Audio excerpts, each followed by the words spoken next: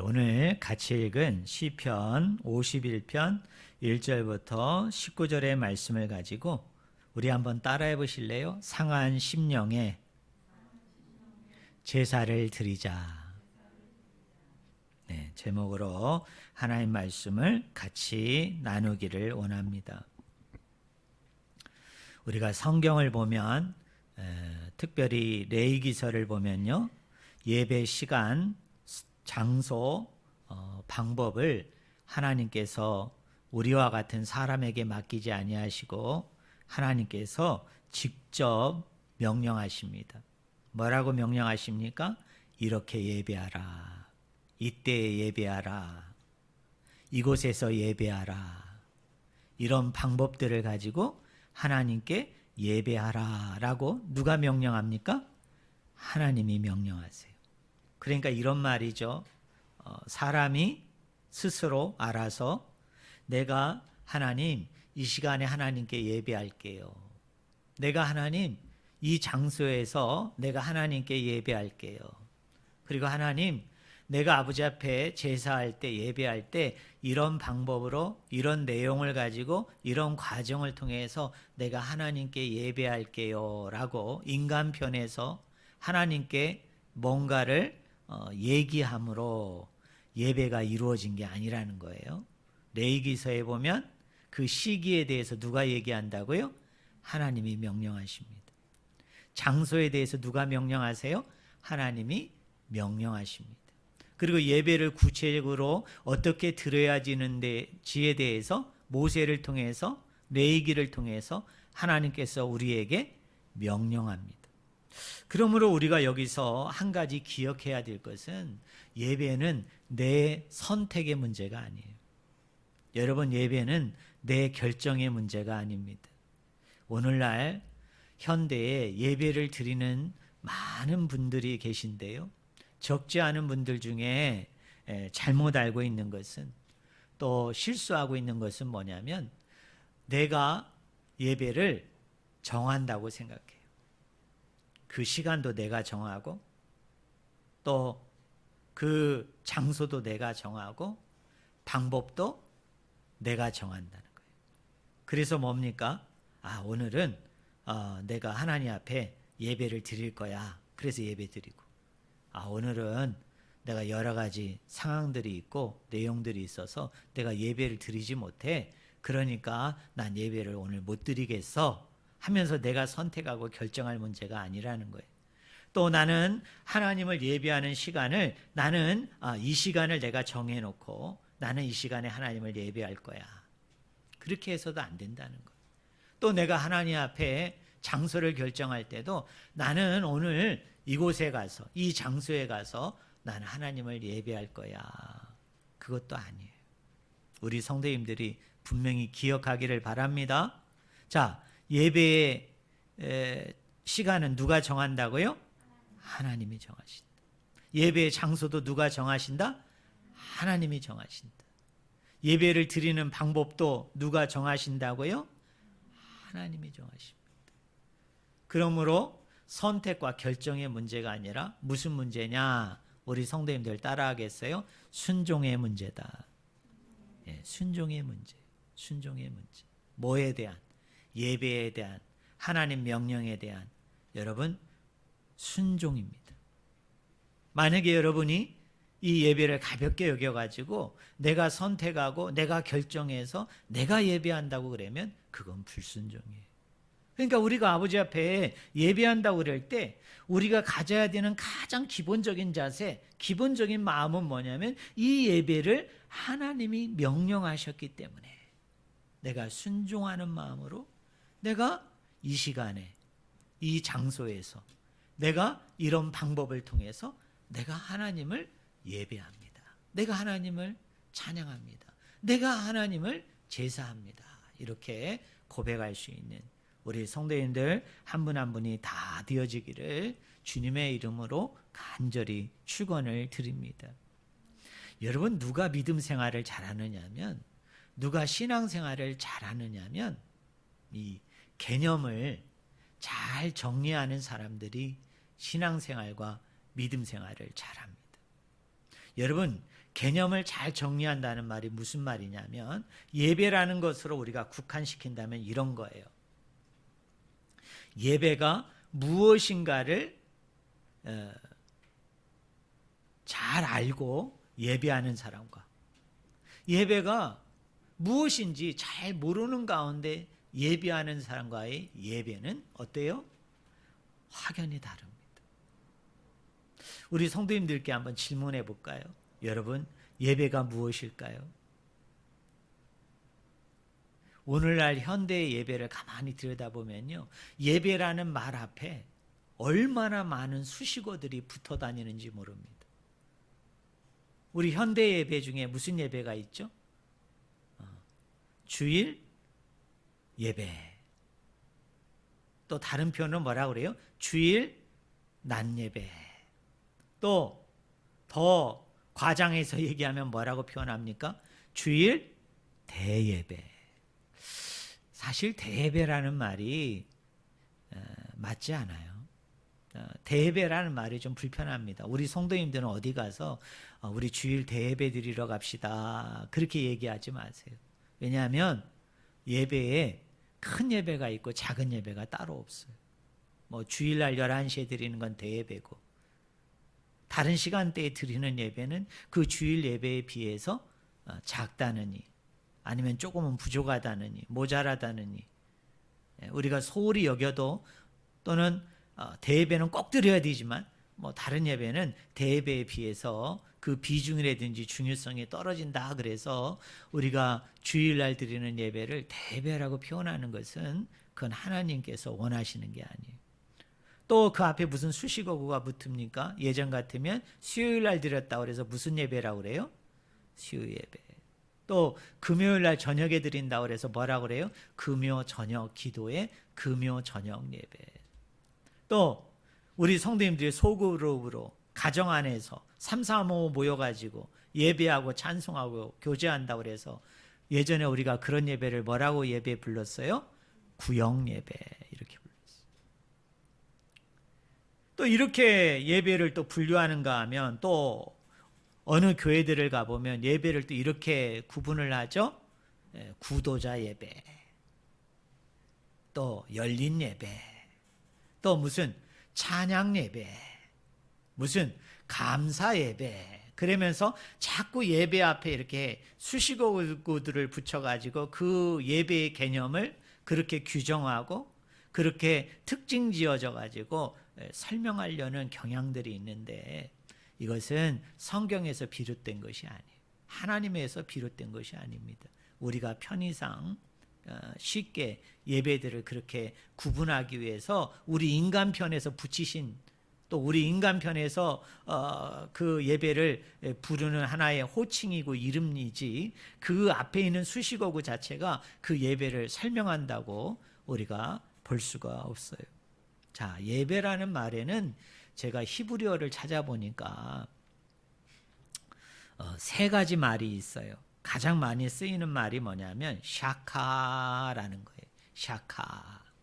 이 샤카라는 말은 엎드려서 경배하다, 엎드려서 찬양하다, 엎드려서 예배한다 라고 얘기할 때 샤카라고 얘기합니다. 또 하나 단어가 있는데 아바드예요. 아바드. 아바드는 영어로 얘기하면 서비스입니다. 뭐죠? 섬기는 거예요. 섬기는 거예요. 예, 봉사하고 헌신하고 희생하다라는 의미를 가지고 있는 게 뭐예요? 아바드라는 단어예요. 그런데 오늘 제가 우리 성도님하고 나누고자 하는 단어는 뭐냐면, 여러분 한번 따라해 보세요. 하바. 하바입니다. 하바. 이 하바라는 단어가 구약 성경 안에서 어떻게 번역이 되어졌는가, 제가 개역개정 성경을 쭉 찾아보니까 일괄적으로 뭐라고 번역을 했느냐면 경배하다라고 얘기할 때 그 경배로 이 하바라는 이 동사를 다 번역을 했더라고요. 근데 이게 경배라는 단어로만 이 단어를 번역하기에는 이 단어가 가지고 있는 의미가 상당히 포괄적이고 폭넓은 것을 우리가 알 수 있어요. 사실 하바라는 이 히브리어 동사는 그 자체로 일반 동사로 쓰이지를 않아요. 그래서 이 하바는 늘 어떤 단어를 가지고 와가지고 합성어로 쓰입니다. 예를 들자면 히시하바 또는 히트하바처럼 쓰여요. 그런데 이 모든 표현들이 뭐냐면 사람의 편에서 만들어지는 어떤 수고나 노력이나 애씀을 나타내는 단어가 뭐냐, 이 하바라는 이 동사가 쓰이는 용례들입니다. 그래서 이 하바에는 두 가지 의미가 있어요. 첫 번째 의미가 뭐냐, 우리 성도님들 한번 따라해 보세요. 나옴. 나옴이 뭘까요? 하나님 앞에 나오다, 나오다, 나아가다, 이런 의미를 가지고 있습니다. 이 나옴이라는 것은 뭘까요? 우리가 하나님 앞에 나아가는 거죠. 하나님 앞에 나오는 거예요. 그럼 우리가 하나님 앞에 나오고 하나님 앞에 나아가기 위해서 우리가 예배에 나오기 위해서 준비하는 과정들이 있죠. 여러분, 준비하는 내용들이 있잖아요. 근데 놀라운 것은 이 모든 것도 하나님은 뭘로 받으신다? 예배로 받으신다는 거예요. 그러니까 오늘 우리가 이렇게 모여가지고 찬송하고 기도하고 말씀 듣고 헌금 드리고 축복 기도를 받는 이 일련의 모든 과정들, 내용들도 예배이지만 더 폭넓게 보면 하바라는 이 단어가 의미하는 바가 뭐냐면 예배를 드리기 전에 여러분이 준비하는 모든 시간들, 모든 과정들도 하나님은 뭐로 기뻐 받으신다? 예배로 기뻐 받으신다는 거예요. 그러니까 시간이 되었을 때 헐레벌떡 마음의 준비도 없이 또 자기 나름대로 어떤 예배에 대한 어떤 사모함이라고 그럴까요? 어떤 예배에 대한 어떤 간절한 그 열망과 소망을 가지고 내가 준비할 수 있는 것들을 준비하지 않은 가운데 헐레벌떡 뛰어오는 것을 하나님은 그것을 예배로 받지를 않으신다는 거예요. 우리가 적어도 하나님 앞에 예배하는 예배자로 선다고 얘기할 때 그 예배의 시작은 교회에 와가지고 만약 11시 예배라면, 낮 예배라면 11시가 땡 하고 시작되는 그 순간부터 하나님은 그것을 예배로 받으시는 것이 아니라 여러분이 가정에서 교회로 나오실 때 그 가정에서 아침에 일어나서 11시 예배에 나올 때까지의 그 준비되어지는 모든 과정들, 모든 내용들을 하나님께서는 그것 자체도 뭘로 받으신다? 예배로 받으신다는 거예요. 그래서 우리의 마음가짐과 우리의 태도와 모습이 그 하나님의 예배를 사모하고 기다리고 그 열망하는 그 열정을 가지고 내 나름대로 그 시간을 기다리면서 이렇게 정성껏 마음을 다하여서 준비해야 되는 이유가 바로 여기에 있는 거예요. 또 하나는 이 나오다, 나아가다에 있어서 뭐를 준비해야 된다는 얘기입니까? 우리 성도님들 한번 따라해 보세요. 나의 삶을 준비해야 돼. 나의 삶을 준비해야 돼. 언제부터 언제까지? 주일로 얘기한다면 첫째 날부터 여섯째 날, 1일부터 6일까지. 그 삶도 하나님은 뭘로 받으신다는 거예요? 예배로 받으신다. 그래서 사실은 우리가 예배를 드리기 전에 이 6일의 삶을 우리가 잘 살아야 돼요. 여러분, 이 6일의 삶을 예배 드리기 위해서 정성껏 잘 준비해야 됩니다. 첫째 날부터 여섯째 날까지는 엉망으로 살았어요. 엉터리로 살았어요. 주님이 기뻐하지 않는 그런 모습으로 삶으로 살았다가 주일날 11시가 땡 뒤어지면서 나는 이때부터 하나님을 예배합니다. 나는 이때부터 하나님을 찬양합니다. 나는 이때부터 하나님을 경배합니다 라고 얘기하면 우리 하나님께서는 그것을 예배로 인정하지 않으시겠다는 얘기예요. 다른 말로 얘기하면 성실하지 않은 거죠. 왜? 준비하지 않은 거예요. 첫째 날부터 6일째까지의 삶을 준비하지 않았기 때문에 하나님은 그것을 뭐예요? 예배로 인정하지 않으세요. 예배로 받지 않으세요. 여러분, 우리가 구약의 예언서나 선지서를 보면은 하나님이 말씀하시는 게 그런 거 아닙니까? 선지자와 예언자를 통해서 이스라엘 백성들에게 경고하고 책망한 것이 뭐예요? 삶은 엉터리이면서 너희가 나에게 무수한 재물을 가져왔느냐? 너희가 모든 기일과 절기 때 모였느냐? 근데 하나님은 어떻게 하신다고요? 나는 그것을 가증한 것으로 여긴다. 더 심한 표현으로 얘기하면 나는 너희가 드리는 그 모든 것을 역겨운 것으로 여긴다. 너희가 드리는 재물 안에서 역겨운 냄새가 나가지고 내가 이것을 기뻐 받을 수가 없다. 왜요? 준비되어지지 않은 거예요. 그래서 예배에 있어서 1차적인 첫 번째 중요한 의미는 뭐냐면 준비해야 된다, 이 말이에요. 그 다음에 두 번째로 하바가 가지고 있는 단어의 의미는 이런 거예요. 우리 성도님들 한번 따라해 보세요. 엎드려 기다림. 뭐에서 기다린다고요? 엎드려서 뭐 한다는 거예요? 기다린다는 거예요. 뭐를? 하나님의 임재를, 하나님의 용서를, 하나님의 은혜를, 하나님의 말씀을 어떻게? 엎드려서 기다린다. 그게 예배가 가지고 있는 개념 정리예요. 오늘 예배를 가만히 보면 예배에 은혜 받았다라고 얘기할 때 그 초점 중심이 누구입니까? 성도에게 맞추어져 있어요. 그래서 성도의 마음속에 얼마나 이 예배를 통해서 행복을 느꼈는가, 얼마나 만족을 느꼈는가, 얼마나 기쁨을 느꼈는가, 즐거움을 느꼈는가, 얼마나 시원케 하는가, 그거에 따라서 예배가 은혜가 됐느냐, 은혜가 되지 않았느냐라고 얘기합니다. 혹여나 우리 성도님들도 그러시지 않으세요? 오늘 내가 하나님 앞에 예배하는데 이 예배가 끝나고 교회 문 밖을 나서면서 내가 오늘 참 예배에 은혜 받았어. 무슨 은혜를 받은 거예요? 내가 오늘 예배를 드리는데 내 마음이 너무 시원했어. 내 마음이 너무 행복했어. 내 마음이 너무 만족이 되고 내 마음이 너무 기쁘고 즐거웠어. 그래서 그 예배에 은혜 받았다라고 얘기할 때 그 은혜 받음의 그 중심이 성도에게 있고 나에게 있는 것은 아닌가라는 거예요. 근데 예배는 뭐죠? 철저하게 아버지 앞에 내어드립니다. 철저하게 아버지 앞에 나의 모든 것들을 내려놓음이에요.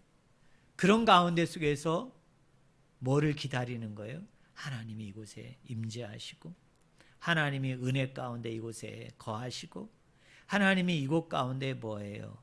사랑 가운데, 그 충만한 가운데, 그 풍성한 가운데 함께함을 우리가 기다리는 것. 그것을 성경은 뭐라고 얘기합니까? 그걸 바로 예배다라고 얘기해요. 사랑하는 성도 여러분, 그렇습니다.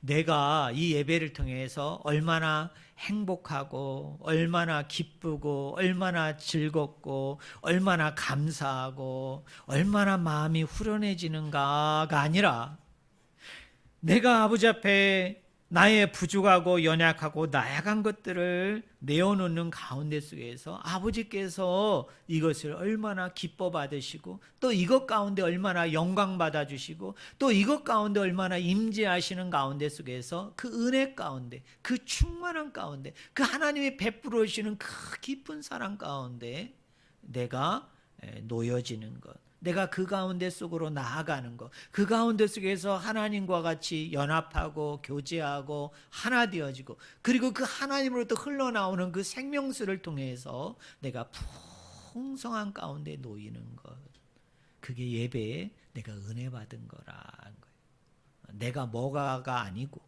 내가 무슨 어떤 반응이 나타나고 내 안에 뭐가 일어나고가 아니라 예배의 초점도 예배의 중심도 내가 아니라 누구에게로 옮겨가야 돼요? 하나님께로 나아가는 거예요.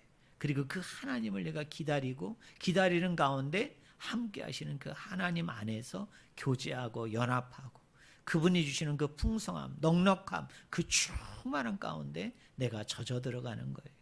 내가 푹 잠기는 거예요. 그 은혜 속에 내가 함께하는, 그것이 바로 우리가 예배라는 것입니다. 자, 우리는 저번 2주간에 걸쳐서 예배에 대해서 우리가 2가지를 살펴봤죠. 여러분 기억납니까? 하나는 시편 42편, 43편. 무슨 예배라고 그랬죠? 공적인 예배. 여러분 공적인 예배가 뭐라고 얘기했어요? 정한 시간, 정한 장소에서 하나님께 드리는 예배라고 얘기했어요. 자, 2번째, 저번 시간에 우리가 시편 50편을 통해서 뭐로 드리는 제사, 뭐로 드리는 예배에 대해서 배웠어요? 감사로 드리는 제사, 감사로 드리는 예배다. 그래서 공적인 예배의 확장이 감사로 드리는 제사고 감사로 드리는 예배라고 얘기했잖아요. 정한 시간, 정한 장소에서 드리는 예배도 중요하지만 이 예배로만 멈추어서는 안 되고 그것이 뭐예요? 감사에까지 이르러야 된다. 감사에까지 확장이 되어져야 된다. 근데 이 감사는 어디에서? 삶 속에서. 나의 구체적인 삶의 영역들 가운데 속에서 그 감사로 드리는 예배까지 확장이 되고 확대가 되어져야 된다라는 거예요.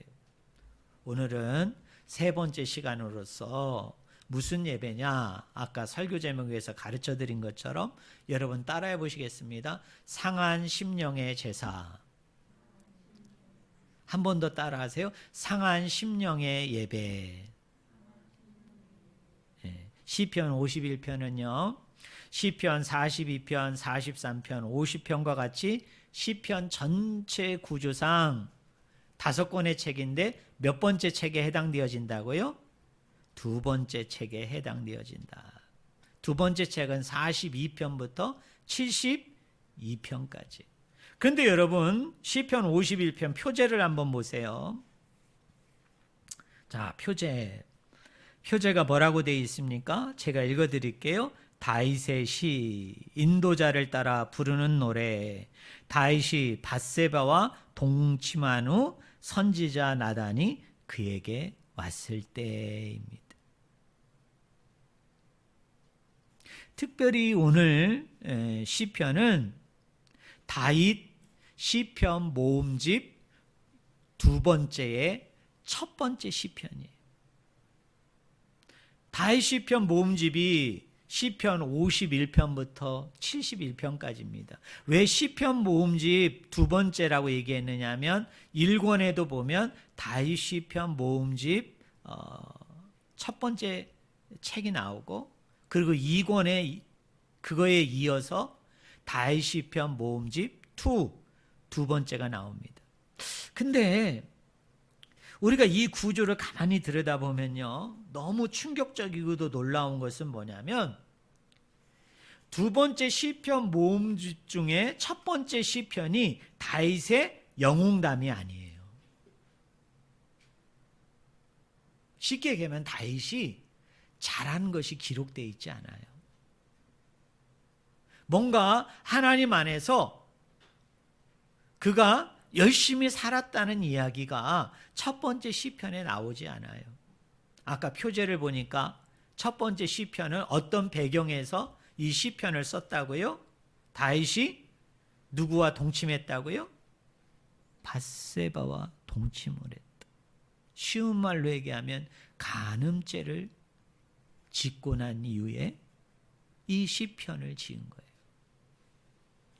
또 하나는 뭡니까? 밧세바의 남편이었던 우리아를 청부살인을 부탁했죠.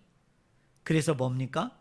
살인죄까지 그가 저지르고 난 이후에 이 시편을 기록한 내용이 시편 51편이에요. 저는 그래서 성경을 읽을 때마다 참 놀랍습니다. 참 대단해요. 우리 같으면 어떻게 하겠어요? 뭔가 내가 하나님 앞에 잘하고 충성되고 뭔가 하나님 앞에서 내가 똑바로 살았던 것을 먼저 이야기하고 이런 죄 지은 거에 대해서 고백하는 내용들이 있다면 먼저 그것을 부각시키고 난 후에 은근슬쩍 중간이나 끝부분에 살짝 끼워 놓을 것 같은데, 이 시편 목록을 보니까 시편 두 번째 다윗의 모음집 중에 첫 번째 시편이 하필이면 다윗의 일대기, 다윗의 인생에 있어서 가장 최고의 위기였던 밧세바를 범한 사건을 배경에 두고 지은 시편이 몇 번째 시편으로 와 있다? 첫 번째 시편에 자리 잡고 있다는 것이 오늘 저와 여러분에게 주는 교훈이 크다, 주는 도전이 크다, 그렇게 저는 생각을 합니다. 자, 우리 시편 51편을 우리가 한번 살펴보기를 원합니다. 여러분 1절과 2절을 보세요. 다윗이 밧세바를 범하고 우리아를 죽이고 난 이후에 선지자 나단이 그에게 와서 그 모든 것을 고발하게 되어질 때 그가 깨달음으로, 그가 뉘우치고 회개하는 마음으로 이 시편을 지은 겁니다. 자, 1절과 2절에 다윗은 뭐라고 시작합니까? 제가 읽어드리겠습니다. 하나님이여, 주의 인자를 따라 내게 은혜를 베푸시며 주의 많은 긍휼을 따라 내 죄악을 지워 주소서. 나의 죄악을 맑게 씻으시며 나의 죄를 깨끗이 제하소서라고 얘기합니다. 우리나라 개역개정은 1절과 2절에 보면 죄악, 죄, 그래서 같은 단어로 이것을 표현했습니다마는 히브리어 원어 성경을 보면 이 세 단어가 다 각기 쓰입니다. 다 다르게 쓰입니다. 아마 이런 것 같아요. 다윗이 밧세바를 범하고 우리아를 죽이는 살인죄까지 저질렀는데요, 그것을 나단 선지자의 고발을 통해서 그가 이 죄가 얼마나 엄중하고 얼마나 크고 얼마나 이것이 하나님의 심판과 멸망을 초래할 수밖에 없는 엄청난 것임을 그가 온전히 자각하고 인지하게 되어졌을 때 아버지 앞에 회개 무릎을 꿇는데요, 그가 죄를 고백함에 있어서 그 죄와 관련된, 어떻게 생각하면 다윗이 알고 있는 히브리어 단어 안에 있는 죄와 관련된 모든 용어들을 다 동원하고 있는 거예요. 다 동원하고 있는 거예요. 그러면서 하나님께서 자신의 죄를 씻어주기를, 자신의 죄를 씻겨주기를 그는 간절한 마음 가운데 속에서 지금 하나님 앞에 뭐 하고 있는 겁니까? 회개 기도를 하고 있는 겁니다. 회개의 탄식을 하나님 앞에 올려드리고 있는 거예요. 여러분, 다윗의 마음이 느껴집니까? 그러면서 10절과 12절 말씀을 한번 보세요. 제가 읽어드립니다. 하나님이여, 내 속에 정한 마음을 창조하시고 내 안에 정직한 영을 새롭게 하소서. 나는 주 앞에 쫓아내지 마시며 주의 성령을 내게서 거두지 마소서. 주의 구원의 즐거움을 내게 회복시켜 주시고 자원하는 심령을 주사 나를 붙드소서라고 얘기합니다. 특별히 10절에 보니까 이런 말씀을 합니다. 우리 성도님들 한번 따라해 보실래요? 정한 마음을 창조하시고, 이걸 히브리어 원어대로 그대로 번역하면 이렇게 번역할 수 있어요. 한 번 더 따라해 보시기 바랍니다. 확정된 마음을 창조하시고. 자, 우리 성도님들 저를 보세요. 창조한다는 말이 뭘까요? 창조한다는 말이, 우리 하나님께서 창세기 1장에서 세상을 창조할 때 어떻게 창조하셨어요? 교회에서 많이 들어보셨죠? 뭐에서 뭐를 창조하셨어요? 무에서, 없는 곳에서 있는 것을 창조하셨잖아요. 지금 다윗도 똑같은 그런 의미로 이야기하는 겁니다. 지금 무슨 마음을 얘기하는 거예요? 확정된 마음을 창조하시고 라는 얘기는 지금 다윗의 마음 안에 그 확정된 마음이 있다 없다? 없다는 거예요. 없다는 거. 개역개정대로 얘기하면 지금 다윗의 마음에 뭐가 없다는 거예요. 정한 마음이 없습니다. 지금 하나님 앞에 그 말을 하는 거예요. 하나님, 지금 내 마음 안에 하나님 정한 마음이 없습니다. 확정된 마음이 없습니다. 하나님, 저를 굽어 살펴주셔서, 하나님, 저를 불쌍히 여겨주셔서, 하나님, 제 마음 안에 정한 마음을 창조하여 주시옵소서. 확정된 마음을 창조하여 주시옵소서. 이걸 좀 더 부연해서 확대해서 설명하면 이런 겁니다. 내가 밧세바를 범하고 난 이후로, 내가 우리아를 죽이는 살인죄를 짓고 난 이후로, 하나님, 제 마음 안을 들여다보니까 하나님, 제 안에 정한 마음이 없어요. 하나님, 제 안에 확정된 마음이 없습니다. 이걸 좀 더 다른 각도로 얘기하면 이런 거잖아요. 밧세바를 범한 것과 같은 똑같은 상황이 이른다면 저는 정한 마음이 없기 때문에 또 넘어질 것 같습니다. 또 쓰러질 것 같습니다. 우리처럼 그게 죄인 줄 알고, 그게 불순종인 줄 알고, 하나님이 싫어하는 마음인 줄 알면서도 계속적으로 반복적으로 짓는 것처럼 지금 다윗이 그런 고백을 하고 있는 거예요. 하나님, 정한 마음이 없습니다라는 얘기는 다른 말로 얘기한다면 그 마음이 있으면 내가 다시는 죄를 짓지 않을 것 같은데, 하나님 그런 마음이 없다는 얘기는 뭐예요? 그런 똑같은 상황이 벌어지면, 똑같은 일이 일어나면 제가 밧세바를 범할 것 같고요, 우리아를 범할 것 같고요, 제2의 밧세바, 제3의 밧세바, 제2의 우리아, 제3의 우리아를 하나님 제가 범할 것 같아요. 똑같이 넘어질 것 같아요. 하나님 똑같이 범죄할 것 같아요. 그러니 하나님, 제 안에 그 죄를 이길 만한 마음이 없어요. 그 죄를 극복하고 승리할 만한 마음이 없어요. 하나님, 제 안에 그 마음을 허락하여 주소서. 하나님, 제 안에 그 마음을 부어 주시옵소서. 이게 여러분, 하나님이 원하시는 진정한 회개가 바로 이거예요. 하나님이 원하시는 진짜 회개가 바로 이거예요. 그런데 우리는 회개 그러면 뭐라고 얘기합니까? 죄의 목록을 가지고, 죄의 내용을 가지고 번지르하게 그걸 늘어놓는 것을 우리는 회개라고 생각하죠. 그게 하나님 앞에 죄 용서를 하는 기도라고 우리는 그렇게 생각을 하잖아요. 근데 이 죄를 번지르르하게 나열하다 보면요, 마치 이것이 잘못되면 뭐가 되는 줄 아세요? 내 합리화가 돼요. 하나님 안에서 내 정당화가 되어질 수 있는 가능성이 너무나 높아요. 그런데 다윗은요, 그 자기가 지은 죄를 일일이 열거하고 나열하기보다는 그는 하나님 앞에 이렇게 고백하는 거예요. 하나님, 제 마음을 보니까 정한 마음이 없네요. 하나님, 제 마음을 보니까 확정된 마음이 없네요. 하나님, 이것을 창조하여 주시옵소서. 하나님, 이것을 만들어 주시옵소서. 다른 말로 얘기하면 하나님께서 저에게 이것을 창조해 주시지 아니하시면, 이런 마음을 제 안에 만들어 주시지 아니하시면 제가 죄를 이길 만한 방법이 없습니다.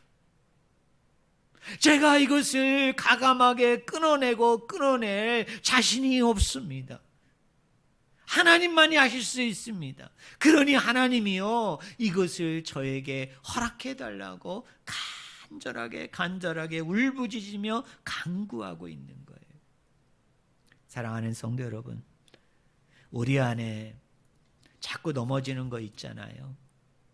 자꾸 반복되고 습관적으로 나도 모르게 울컥울컥 올라와 가지고 그게 잘못되고, 그렇게 하면 안 된다는 것을 우리가 알면서도 계속적으로 우리의 말을 통해서, 우리의 마음과 감정을 통해서, 우리의 구체적인 행위와 행동들을 통해서 하나님 앞에 범죄하고 무너지는 게 있잖아요. 이렇게 얘기하는 저에게도 있어요. 그런데 이 모든 것을 끊고 내려놓을 수 있는 것은 우리 너무나 잘 알잖아요. 우리 스스로 됩니까?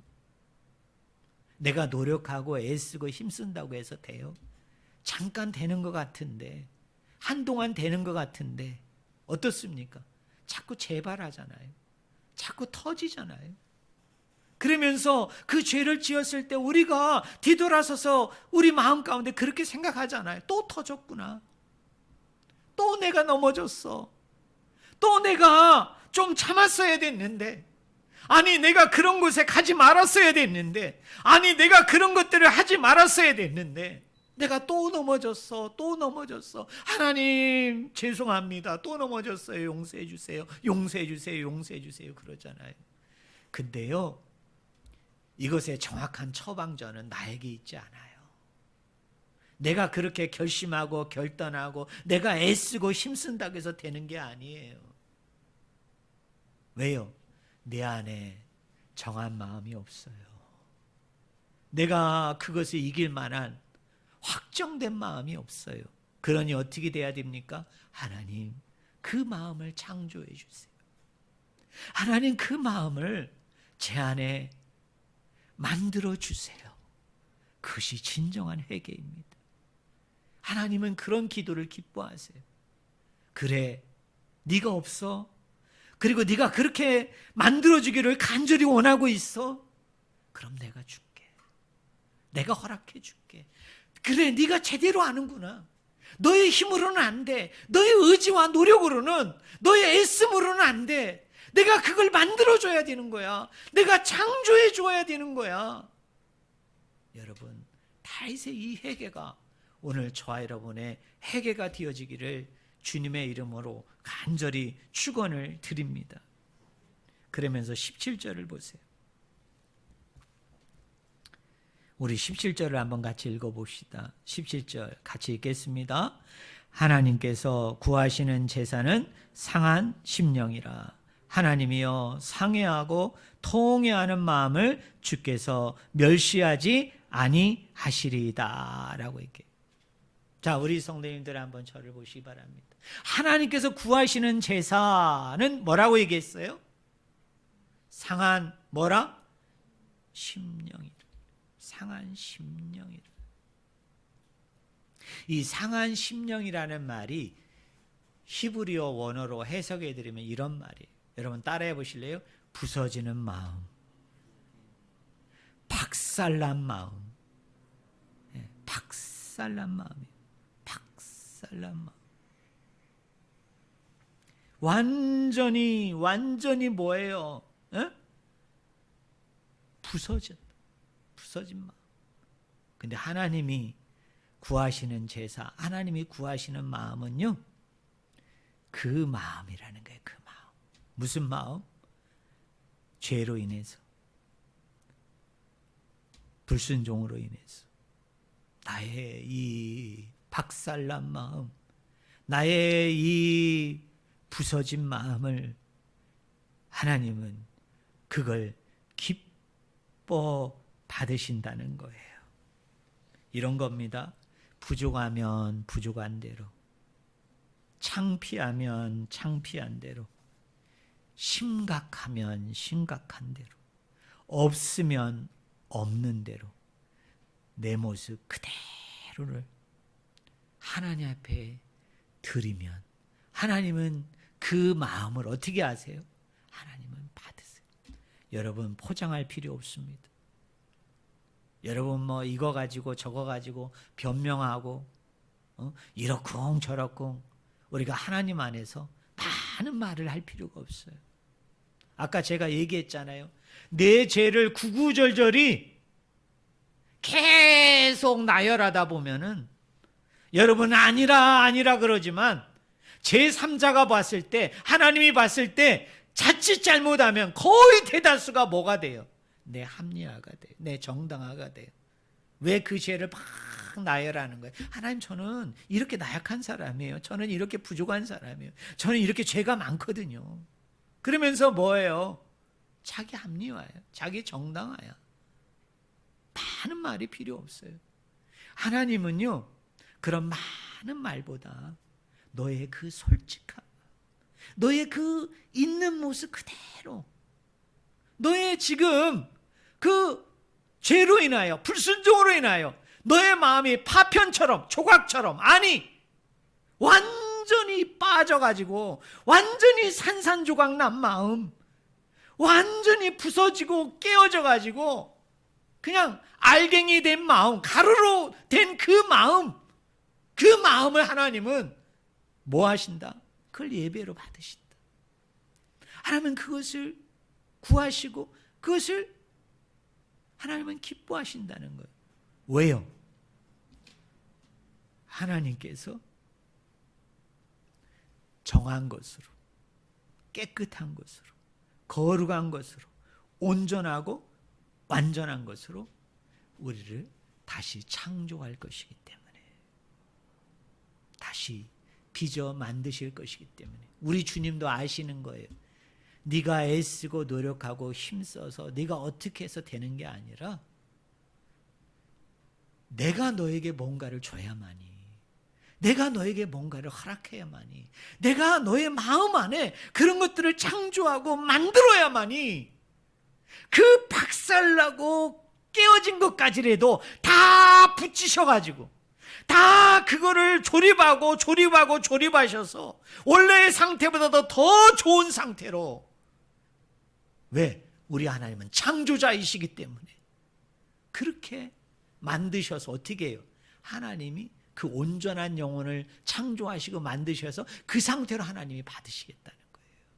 네가 회복이 되고 네가 치유되고 네가 뭔가를 해서 그렇게 되는 게 아니라 내 앞에 놓인 너라는 존재는 부서지고 박살나고 정말 알갱이가 아니라 가루처럼 완전히 망가졌지만 창조자 되는 내가 예수 그리스도 안에서 그 십자가의 은혜 가운데 속에서 내가 너를 온전한 자로, 완전한 자로, 더 나은 자로 창조하여서 내가 그 예물을 내가 받겠다는 거예요. 내가 그렇게 만들어서 내가 그렇게 받겠다는 거예요. 그럼 나는 하나님 앞에 드릴 때 뭘 드려야 돼요?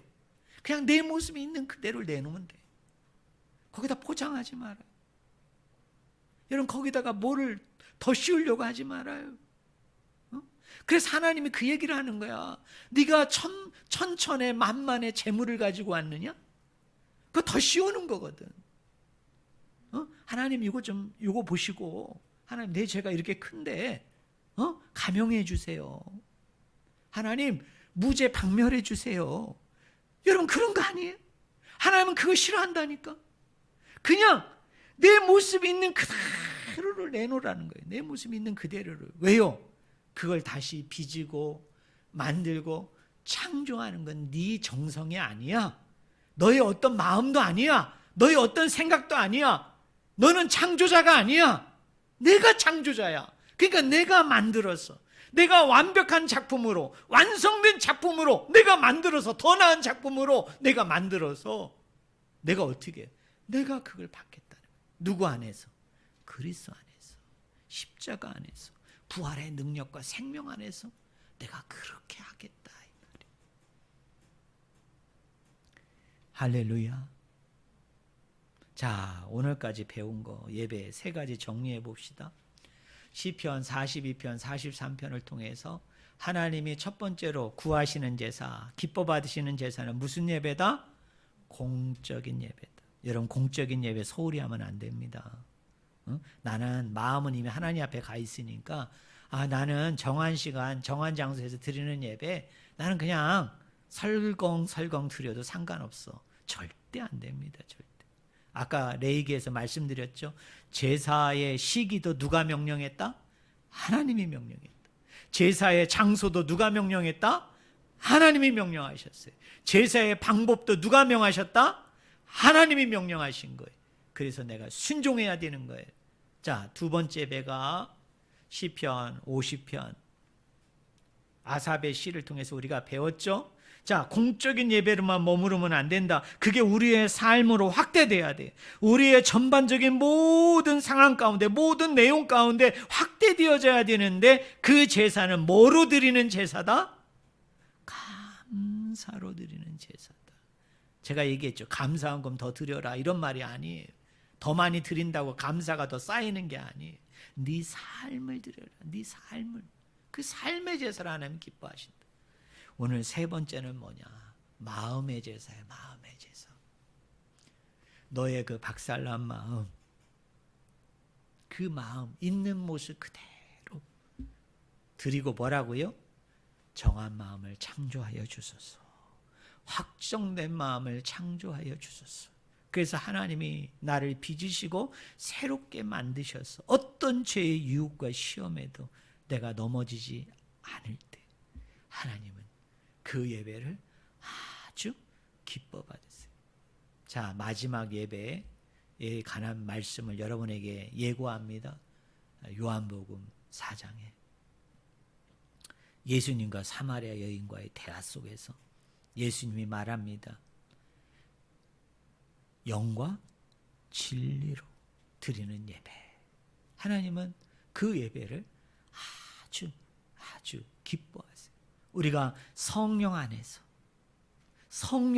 우리가 예배해야 돼요. 그 성령 안에서 우리가 하나님 앞에 제사해야 되는데 성령 안에서 우리가 드리는 예배는 또 어떤 예배인지를 저는 우리 성도님들이 다음 주에 예배 시리즈 마지막 편을 잘 들으시고 아무쪼록 바라는 것은 이 팬데믹 상황에서 우리가 현장에 모여서 다 같이 예배하지 못하는 아쉬움과 아픔이 있는데 그럼에도 불구하고 여러분이 예배가 뭔지 그리고 우리 하나님이 가장 구하시고 찾으시고 기뻐하는 예배가 무엇인지를 말씀을 통해서 아셔서 무엇보다도 여러분 예배가 회복이 돼야 돼요.